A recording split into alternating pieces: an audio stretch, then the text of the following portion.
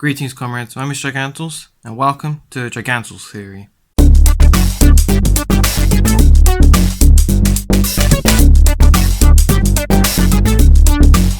Yes, I know it sounds like a ripoff of game theory, but there wasn't much I could really do with the name. I mean, both begin with G, both have a T in it. I make sure that I change the logo so that I don't get sued by the game theorists. That's the last thing I want. Or the film theorists, technically, for that matter, since if this becomes a success, I don't want to end up clashing with them. Anyway, so today I came up with a theory a little while ago, and today I'll be discussing with you. As you've probably seen by the video thumbnail and title, it's going to be about why Ant-Man should be dead. So the reason why is, well, firstly, do you remember how pin particles work?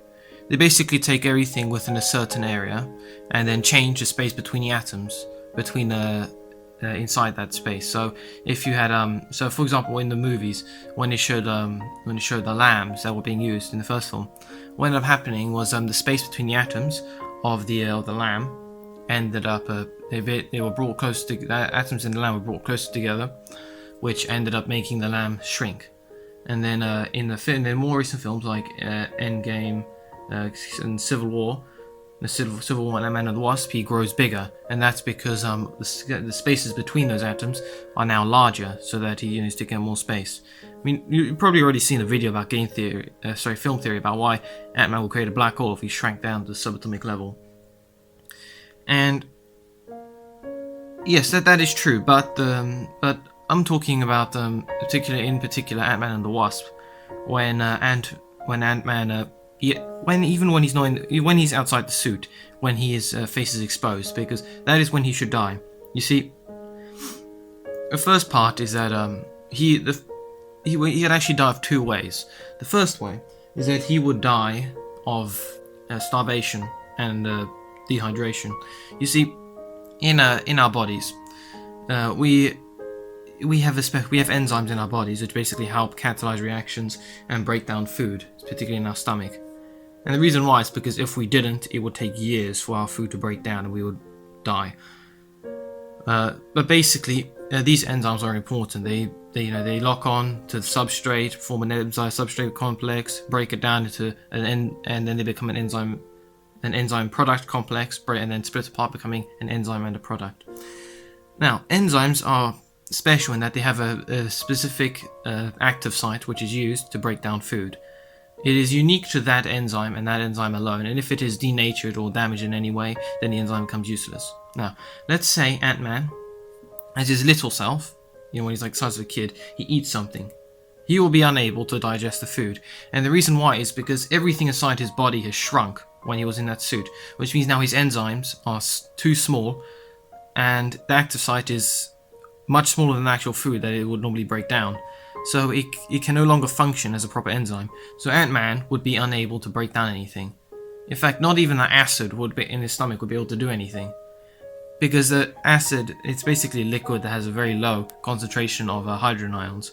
But because of the weird change in size of the molecules and atoms in him now, he would basically be unable to break down any food. So he would basically excrete everything he just ate, and he would gain no sustenance from it because he's unable to break it down. Now, if he ate food when he was big, his enzymes are now too large to do anything, and again, he would basically just excrete everything he just ate because it's unable to go through him. Well, it would be able to go through him, but he'll be unable to break it down. So that ant you see in the first and second film would be unable to survive since its enzymes are too big to break down any food. So for dehydration, he would water molecules would still be able to pass through him. Would probably be able to pass through his cells if he was large, but they would be unable to be used in certain reactions, and he wouldn't be able to respire properly. And for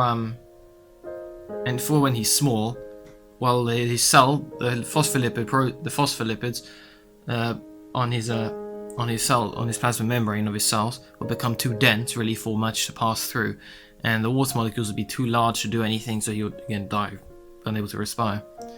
Now, for why he would die before that, he would actually die of suffocation.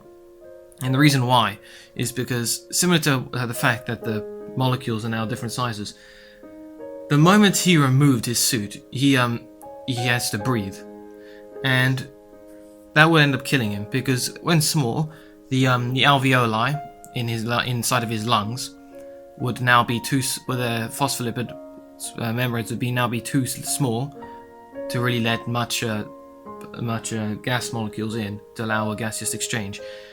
Not only that, but also the hemoglobin in his blood.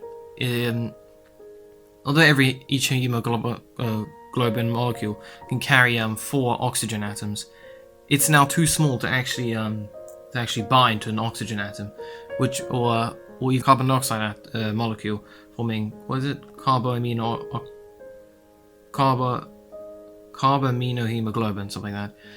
Anyway, so he would be able to remove all the carbon dioxide from his blood, but he would be unable to take in any oxygen whatsoever, and all the air he'd breathe out would have, compared to all the others, he would have these either these huge or small carbon dioxide and water molecules and stuff that he normally exhales, compared to what there would be out there around him. So that's why he has that whole suit, and he's got that weird thing around his mouth. It's basically breathing gear, because he has a supply of air attached onto his back, which is why they can breathe underwater. Because those air molecules need to be the same size for them to breathe successfully. So the moment Antman removes his mask, he would die. Well, not exactly the moment, but he would shortly die afterwards from being unable to breathe properly. He can breathe, but he can't get any oxygen from the air. And although we see him in the film perfectly fine, I mean, again, Marvel is a bit off with the physics of that. We saw what happened that Antman didn't become a black hole in the first film. But basically, Antman would be unable to breathe. I mean, maybe after a few seconds, you put the mask back on, he'd be fine and he'll recover quickly. But he would basically die because he's unable to breathe, eat, or drink. So that's my theory about why Antman would die. I mean, you can do the science about it, and you'll find out it's true.